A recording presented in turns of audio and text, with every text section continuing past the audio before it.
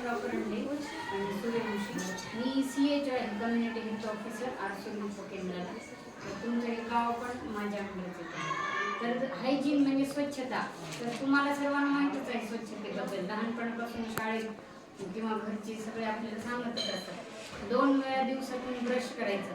जेवण केल्यानंतर सुद्धा जेवण केल्या पण ब्रश केलं पाहिजे किंवा किमान आपण असं चूळ तरी भरायची. म्हणजे जी शुगर तयार होते ती दातांवर बसली तर त्याचं जे इनॅमल आहे ते निघून जातं किंवा मग कीड लागते दातांना. त्याच्यामुळे 2दा दिवसातून ब्रश करायचं आणि जेवल्यानंतर पण एकदा आपण ब्रश किंवा चूळ तरी भरली पाहिजे. नंतर रोजच्या रोज स्नान करणं. परत आता तुम्हाला आयुर्वेदानुसार तर आता बऱ्याच जणांना माहीत असतं की बऱ्याचदा हिवाळ्यामध्ये आपण अभ्यंग म्हणजे तेल पूर्ण अंगाला लावलं पाहिजे. उद्वर्तन म्हणजे जे उठणं असतं, उठणं लावायचं, तेल लावायचं आणि नंतर गरम पाण्याने स्नान करायचं. स्नान करायचं दिवसातून 2दा पण करतात बरेच जण, पण शक्यतो 1 वेळ तरी करा.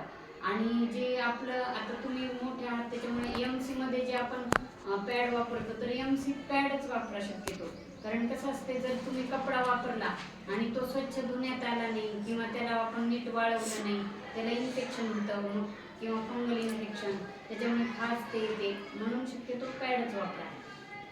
नंतर हे झालं आपल्या MC बद्दलचं. आणि तुम्हाला काही प्रॉब्लेम असेल तर शक्यतो तुमचे टीचर म्हणजे टीचरच्या मॅडम आहेत किंवा तुमची आई यांच्याशी शेअर करत जा. आणि कोणतीही गोष्ट आपल्या आईवडिलांना विचारल्याशिवाय करू नका. आणि आता दुसरं म्हणजे काय तर खाण्यापिण्याबद्दल आपला आहार विहार कसा असावा हे आयुर्वेदात खूप चांगल्या प्रकारे सांगितलेलं आहे. आहारामध्ये कसं शक्यतो आपल्याला ज्याची ॲलर्जी आहे ते टाळा. समजा काहींना जळजळ होतं, तुरीची डाळ खाल्ल्यावर, टोमॅटो खाल्ल्यावर, पोहे खाल्ल्यावर डोकं दुखणं, जळजळ होणं, असे पदार्थ ज्यांना आपल्याला त्रास होतो ते पदार्थ टाळायचे. ते आपल्यासाठी ॲलर्जिक असतात, ॲलर्जी. नंतर ह्याच्यामध्ये समजा जेवताना अगोदरच जेवणाच्या अगोदर भरपूर पाणी नाही प्यायचं. अग्नी मंद होऊन जातो. अग्नी आपला प्रदीप्त राहिला पाहिजे पचन चांगलं होण्यासाठी. म्हणून तहान लागली तर प्या पाणी, पण पाणी पण पिताना कसं प्या, पाणी गट पाणी नाही प्यायचं. थोडंसं घोट घ्यायचा, तोंडात बराच वेळ फिरवायचा इकडे इकडे. त्याच्यामुळे की आपली जी लाळ आहे, सलाइवा आहे, तो त्या पाण्यामध्ये मिक्स होईल. पाणी थोडं गरम होऊन आत जातं कोमट होऊन, आणि पाण्यामध्ये सलाइवा मिक्स झाला म्हणजे पाण्याचं लवकर पचन होतं. अन्नापेक्षा पण पाणी पचायला जास्त वेळ लागत असतो. म्हणून पाणी थोडं तोंडात फिरवून प्यायचं.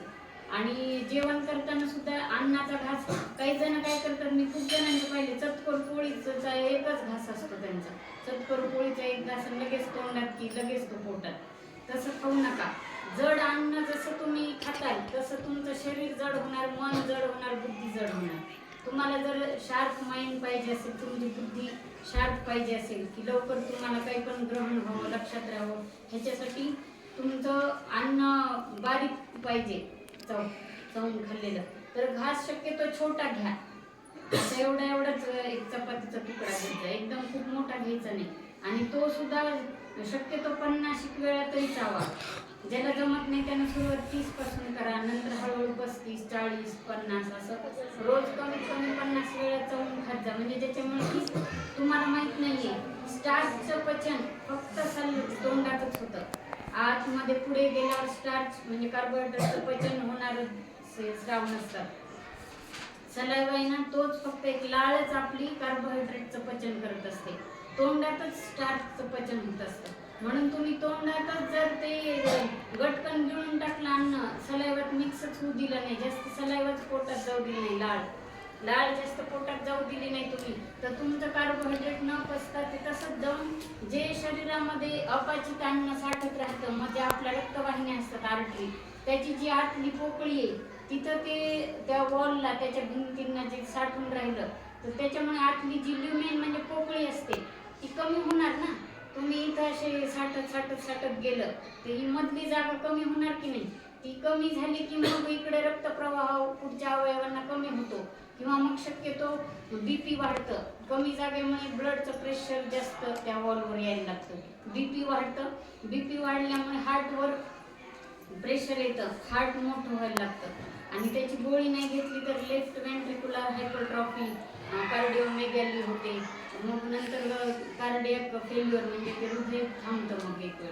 त्याच्यामुळे तुम्ही शक्यतो आत आपल्या आर्टरींच्या काही साठवू नये, ह्याच्यासाठी तुमचं अन्नपचन नीट झालं पाहिजे. म्हणून आपण ते जास्त वेळ चावून चावून खायचंय, की आत्ता काही वाटत नाही, पण जसं जसं वय होईल ते साठत साठत तर राहतात. आणि कधी कधी त्या बीपी वाढून वाढून ते आपण ताक घुसळतो ना, तेव्हा कसं लोणी वर येतं, तसं ते रक्त घुसळून ते हे होतं, आत कंपन निर्माण होऊन प्लेटलेट एकत्र येऊन क्लॉट तयार होतं, रक्ताची गाठी. त्या रक्ताच्या गाठी तयार झाल्या की मग पुढे ब्लड सप्लाय होत नाही पुढच्या ऑर्गनला, आणि ते ऑर्गन फेल होईल लागतात. हे सगळे जे दुष्परिणाम आहेत ते टाळण्यासाठी आपण अन्न हे चवून चवून खाल्लं पाहिजे. म्हणून आपले जुन्या काळचे लोक पण आयुर्वेदात पण दिलेले की कसं म्हणजे जेवण हे हळू करावं, सावकाश.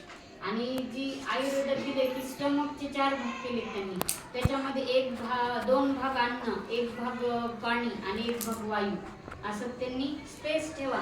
तुम्ही इतकं म्हणजे तडस लागेल ना, अगदी तास ते स्टमक भरवायचं नाही आपलं, की आपल्याला श्वास सुद्धा घेता येणार नाही किंवा त्याच्यात जागाच राहणार नाही. काही स्टमकमध्ये थोडे वायूसाठी आणि पाण्यासाठी जागा ठेवा. इतकं अन्न, 2च भाग अन्न खायचं, उरलेले भाग हे पाणी आणि वायूसाठी ठेवायचे.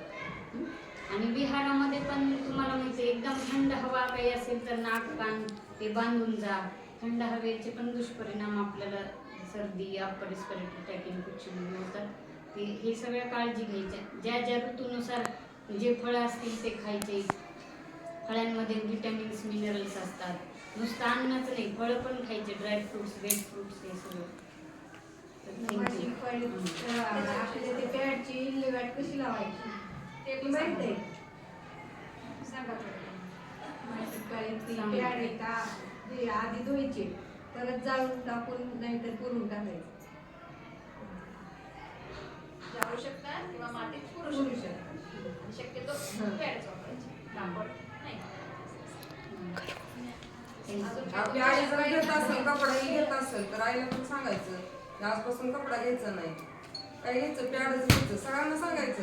तर असतेच की खेळत आई म्हणलं की काय करते, बचत करते पैशाची, हे का ना, बचत करते. तर मग ते आपल्याला काय करता त्या साडीचा कपडा घेते. आणि तुम्हाला काय म्हणते, आपण ह्याच्यातला आणू, दुकानातून आणू, तुमच्यासाठी आणते तिनं, पण स्वतःसाठी आणते का ती? तिला पण लक्ष द्यायचं, आईला पण लक्ष द्या. आई आम्हाला सांगतेस पण तू पण घे म्हणायचं. आणि पुन्हा टीबीचं इन्फेक्शन आणि घरात कुठे ते असं बांधून ह्याच्यात ठेवायचं नाही. आईला पण सांगायचं, आम्हाला सांगितलंय हे बांधून ठेवायचं नाही. जर सुकतंय दिले असं कसं तर गुंडाळ केले तर सुकतंय. तुमच्या जागा असतं त्यात लगेच जाऊन टाकायचं, त्याला ठेवायचं त्यांना शक्यतो सांगायचं तुमचा थुंकी नमुना तपासायला द्या. कुणाला ट्युबरक्युलस म्हणजे टीबी म्हणजे क्षयरोग असू शकतो, ते मग घरातल्यांना बाकीच्यांना खोकताना ते इन्फेक्शन होऊ शकतं, शेजारी पाजारी होऊ शकतं, मग हे स्प्रेड होतं ते इन्फेक्शन.